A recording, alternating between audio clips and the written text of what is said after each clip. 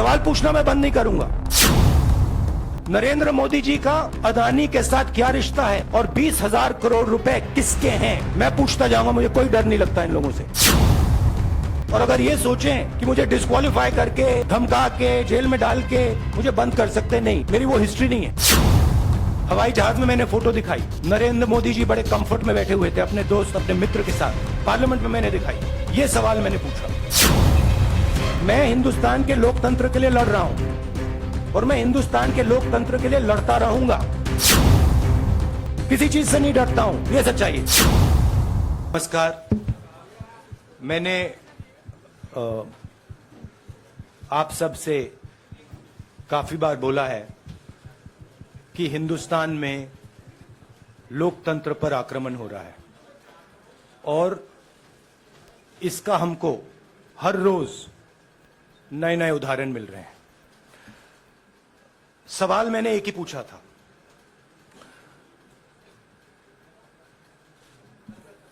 Foundation पे जाता हूं। अदानी जी की शेल कंपनीज हैं, अदानी जी की शेल कंपनीज हैं, उसमें 20,000 करोड़ रुपया किसी ने इन्वेस्ट किया। अदानी जी का पैसा नहीं है, अदानी जी का इंफ्रास्ट्रक्चर बिजनेस है, पैसा किसी और का है। सवाल यह है, ये जो 20,000 करोड़ रुपए हैं, ये किसके हैं? ये सवाल मैंने पूछा। मैंने पार्लियामेंट हाउस में प्रूफ देके, जो मीडिया रिपोर्ट से मैंने निकाला, अदानी जी और नरेंद्र मोदी जी के रिश्ते के बारे में डिटेल में बोला। रिश्ता नया नहीं है, रिश्ता पुराना है। जब नरेंद्र मोदी जी गुजरात के सीएम बने थे, तब से रिश्ता है और उसके बहुत सारे पब्लिक प्रूफ्स हैं। हवाई जहाज में मैंने फोटो दिखाई, नरेंद्र मोदी जी बड़े कंफर्ट में बैठे हुए थे अपने दोस्त, अपने मित्र के साथ। पार्लियामेंट में मैंने दिखाई। ये सवाल मैंने पूछा। फिर मेरी स्पीच को एक्सपंज किया गया। मैंने स्पीकर को डिटेल चिट्ठी लिखी, पॉइंट बाय पॉइंट, कि मैंने कहा कि एयरपोर्ट्स अदानी जी को रूल बदल के दिए गए हैं। ये लीजिए रूल की कॉपी जिसको बदला गया है। चिट्ठी लिखी, कोई फर्क नहीं पड़ा। फिर मेरे बारे में मंत्रियों ने पार्लियामेंट में झूठ बोला कि मैंने विदेशी ताकतों से मदद मांगी। मैंने ऐसी कोई बात नहीं की है। मैंने कहा स्पीकर से, मैंने जाके कहा, स्पीकर सर, पार्लियामेंट का नियम है कि अगर किसी मेंबर पर कोई एक्यूजेशन लगाता है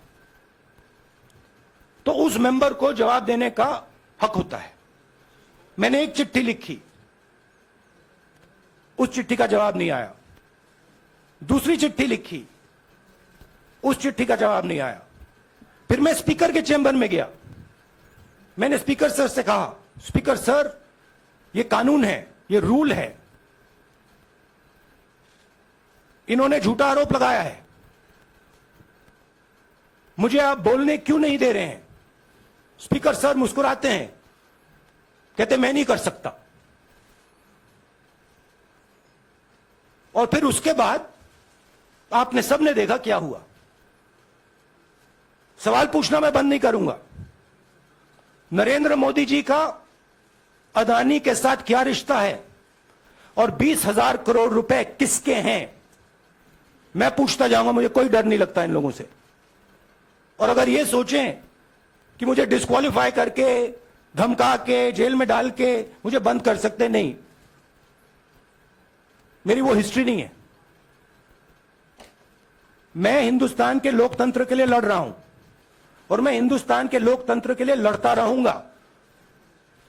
किसी चीज से नहीं डरता हूं, यह सच्चाई है। अब आप सवाल पूछिए. एक एक करके प्लीज. हाँ मोहित. I'll say it in English also. Sorry. I'll say it in English also. The question begins. Few weeks back in Parliament, where I asked the Prime Minister a very specific set of questions. Question number one, 20,000 crore rupees or $3 billion are in shell companies owned by Mr. Adani. Mr. Adani could not have generated this money. He's an infrastructure business. Where did this money come from? Whose money is it? That was the first question. Whose shell companies are there? These companies are working in the defense field. Why does nobody know whose money this is? There is a Chinese national involved in this. Why is nobody asking the question, who is this Chinese national? That was the first question. Second question was, set of questions with proof. What is the Prime Minister's relationship with Mr. Adani? I showed a picture of the Prime Minister and Mr. Adani's plane relaxing. I gave documentation about the defense industry, about the airports, about statements made in Sri Lanka, about statements made in Bangladesh, pictures of Mr. Narendra Modi sitting with the State Bank chairman in Australia. And I put this proof on the table. Immediately after that, the BJP started its work. My speech was expunged. I wrote a letter to the Speaker with a detailed explanation on the defense industry, on the airports, with press clippings, supporting documents, legal documents, and said, this is the supporting foundation of my speech. I have not made this speech, I have not invented this. This is detailed research, here it is. Nothing happened. Nothing was revoked. My speech today is not part of the record of Parliament. The same, by the way, was done with Mr. Kharge. After that, BJP ministers lied about me in Parliament. They made the statement to distract from the Adani issue. The whole game, disqualification, and all these statements are to distract from the central question, whose money is it? 20,000 crores, whose is it? Kiska hai ye? That's the main question. The whole thing is to distract. So, they said that I've asked foreign forces to help India.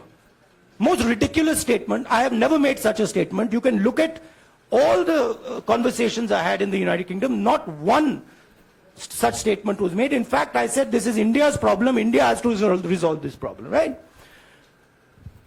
A minister lies on the floor of the House. I wrote to the Speaker and I said, Speaker, sir, it is my right as a member of Parliament, when somebody makes an accusation, to state my position. Please let me state my position. The first letter is not answered. I then write a second letter with more details, saying the names and what was said. Still no answer. I then go to the Speaker's chamber and I say, Speaker, sir, what is going on? We live in a democracy. You are the defender of that democracy. Why are you not letting me make my statement? The Speaker smiles and says, I cannot do that. Come and have a cup of tea with me. Right? So this is the whole drama that is being orchestrated to defend the Prime Minister from the simple question, whose 20,000 crore rupees, whose $3 billion went to Mr. Adani shell companies? हाँ जी मोहित, एक minute सबको मौका मिलेगा. राहुल जी, मोहित दुबे हूं मैं. मेरा सवाल ये है कि आप शहीदों. By the way, sorry, I just need to finish that. I left out a part. Look, I am here defending the democratic voice of the Indian people. I will continue to do that. I am not scared of these threats, of these disqualifications, of these allegations, of these prison sentences. I don't care. I'm not scared of them. Okay, these people don't understand me yet. I am not scared of them. They are used to everybody being scared of them. I am not scared of them. Right? And I will continue to ask the question, what is the Prime Minister's relationship with Mr. Adani? It is an old relationship. It is a relationship that began when he was Chief Minister of Gujarat. Mr. Adani constructed the idea of Resurgent Gujarat, organized all that. This is a partnership. It's a close partnership. I'm going to keep asking that question. Rahul ji, मैं मोहित दुबे हूं। मेरा सवाल यह है कि आप शहीदों के परिवार से आते हैं। आपकी दादी भी डिस्क्वालीफाई हुई, जनता के बीच गई, आप सत्ता में वापस आए। आज के दौर में राहुल गांधी भी डिस्क्वालीफाई हो गए हैं, क्योंकि तमाम आपने इश्यूज को उठाया, चीन के इश्यूज को उठाया। क्या राहुल गांधी भी जनता के बीच में जाएंगे और वही वापसी फिर से करेंगे? राहुल गांधी भारत जोड़ो यात्रा में 4.5 महीने जनता के बीच में रहेंगे और वो मेरा काम है, वो मैं करता जाऊंगा। हाँ जी, अनवर। आज के हिंदुस्तान में जो पहले राजनीतिक पार्टियों को सपोर्ट मिलती थी, मीडिया से मिलती थी, बाकी इंस्टीट्यूशन से मिलती थी, वो नहीं मिलती है। तो ऑपोजिशन की पार्टीज को एक ही रास्ता है, जनता के बीच में जाने का। हाँ जी, अनवर। सर, भारतीय जनता पार्टी ने आप पर ओबीसी समुदाय के अपमान का आरोप लगाया है। इस पर आप क्या जवाब देना चाहेंगे भारतीय जनता पार्टी को? मैं पिछले भारत जोड़ो यात्रा में आप मेरी कोई भी स्पीच देख लीजिए, मैं वहां कह रहा हूं सब समाज एक हैं, सबको एक साथ चलना चाहिए, भाईचारा होना चाहिए, नफरत नहीं होनी चाहिए, हिंसा नहीं होनी चाहिए। तो मेरी पोजीशन बिल्कुल क्लियर है। ये ओबीसी का मामला नहीं है, ये नरेंद्र मोदी जी और अदानी जी के रिश्ते का मामला है। 20,000 करोड़ रुपए जो अदानी जी को पता नहीं कहां से मिले, उसके बारे में मैं सवाल पूछ रहा हूं और उसका जवाब चाहिए। बीजेपी ध्यान को भड़काने की कोशिश करती है, कभी ओबीसी की बात करेगी, कभी विदेश की बात करेगी, कभी कुछ और बात करेगी, कभी डिस्क्वालिफिकेशन की बात करेगी, मगर सवाल यही है 20,000 करोड़ रुपए, $3 बिलियन किसका था? संजय मिश्रा। और वो अदानी का पैसा नहीं हो सकता। संजय मिश्रा।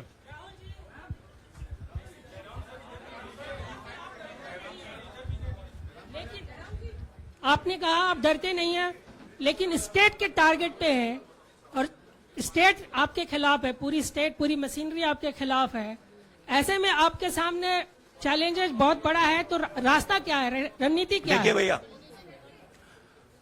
चाहे स्टेट हो, चाहे कुछ भी हो, मैं सच्चाई को देखता हूं। मुझे और किसी चीज में इंटरेस्ट नहीं है, मैं सच्चाई बोलता हूं। राजनीति में ये फैशनेबल बात नहीं है, मगर ये बात मेरे खून में है। मैं और कोई रास्ता निकाल ही नहीं सकता हूं। तो मेरा काम यह है, यह मेरी तपस्या है, जीवन की तपस्या है, उसको मैं करता जाऊंगा। चाहे मुझे डिस्क्वालीफाई करें, मारे पीटे, जेल में डाले, मुझे कोई फर्क नहीं पड़ता। मुझे अपनी तपस्या करनी है। इस देश ने मुझे सब कुछ दिया है। शांत हो जाइए। इस देश ने मुझे सब कुछ दिया है, प्यार दिया है, इज्जत दी है,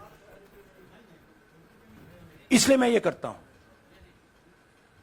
हाँ, Supriya. Sir, Rahul sir, BJP के जो लीडर्स आप पे अटैक कर रहे हैं उस पर आप क्या कहेंगे? और इसके अलावा वायनाड, वहां पर जब से खबर गई है, वहां पे लोग बहुत डिसबिलीफ में हैं, प्रोटेस्ट भी इरप्ट हो रहा है।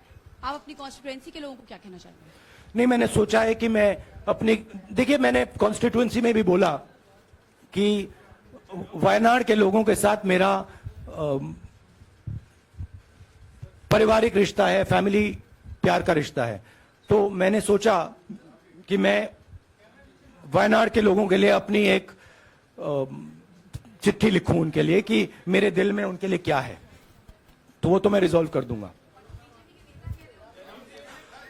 उनका, देखिए, बीजेपी के नेताओं का काम यही है। देखिए, वो सब नरेंद्र मोदी जी से डरते हैं, कारण आप जानते हो। नरेंद्र मोदी जी ने कहा कि देखिए ध्यान हटाना है। वो सब जानते हैं अदानी जी और नरेंद्र मोदी जी का रिश्ता, सारे के सारे जानते हैं क्या रिश्ता है, सब जानते हैं, मगर डरते हैं। तो अगर नरेंद्र मोदी जी ने उनसे कहा कि भैया ध्यान उधर करो, ध्यान उधर करेंगे। मगर सवाल यही है 20,000 करोड़ रुपए किसका है? भैया देखिए, पहला आपका अटेम्प्ट वहां से आया, दूसरा आपका अटेम्प्ट यहां से आया, तीसरा आपका अटेम्प्ट यहां से आया। आप इतनी डायरेक्टली बीजेपी के लिए क्यों काम कर रहे हो? थोड़ी डिस्कशन से करो यार, थोड़ा घूम घाम के पूछो। क्या आपको ऑर्डर दिया है क्या? देखो मुस्कुरा रहे हैं। घूम घाम, मैं आपको उदाहरण देता हूं, आप थोड़ा घूम घाम के निकाल नुकुल के बोलो। देखो ऐसे बोलो पहले, राहुल जी, हाँ, तो please if you want to work for the BJP, then bring a BJP flag symbol here and put it on your chest. Then I'll answer you the same way I answer them. Don't pretend to be a pressman. Vikrant, Rahul ji, हवा निकल गई। Rahul ji, BJP के लोग बार बार ये बात कहते हैं कि आपने जब विदेश में जाके भाषण दिया तो उन्होंने कहा माफी मांग लेते, अभी कहा कि कोर्ट में आपसे कहा गया माफी मांग लेते। तो जब ये लोग कहते हैं राहुल गांधी माफी मांग लेते, तो राहुल गांधी क्या सोचते हैं? राहुल गांधी सोचता है मेरा नाम सावरकर नहीं है, मेरा नाम गांधी है। गांधी किसी से माफी नहीं मांगता। और मैंने कहा, पार्लियामेंट हाउस में कहा कि भैया मुझे बोलने दीजिए ना, एक बार तो बोलने दीजिए। 2 बार चिट्ठी लिखी, तीसरी बार मैं पर्सनली स्पीकर से जाके कहता हूं, स्पीकर सर प्लीज, आप डेमोक्रेसी के लोकतंत्र के आप प्रोटेक्टर हैं, मुझे बोलने दीजिए। मुस्कुरा के कहते हैं भैया मैं तो नहीं कर सकता। आप नहीं कर सकते तो कौन कर सकता है? शायद मुझे जाके मोदी जी से पूछना पड़े, वो तो करने नहीं देंगे। तो मेरा जो पॉइंट है, इस देश में लोकतंत्र खत्म हो गया है। इस देश के लोग जो इनके दिल में है, हमारे दिल में है, बोल नहीं सकते हैं। इस देश के इंस्टीट्यूशन पर आक्रमण हो रहा है। और उस आक्रमण का मैकेनिज्म क्या है? उस आक्रमण का मैकेनिज्म नरेंद्र मोदी जी और अदानी जी का रिश्ता है, वो फाउंडेशन है। मैं नरेंद्र मोदी जी पर सवाल नहीं पूछ रहा हूं, मैं अदानी जी पर सवाल पूछ रहा हूं। बीजेपी अदानी जी को क्यों प्रोटेक्ट कर रही है? आप नरेंद्र मोदी जी को प्रोटेक्ट कीजिए। मैं अदानी जी पे पूछ रहा हूं, आप अदानी जी को क्यों प्रोटेक्ट कर रहे हो? आप इसलिए अदानी जी को प्रोटेक्ट कर रहे हो क्योंकि आप ही अदानी हो। Thank you.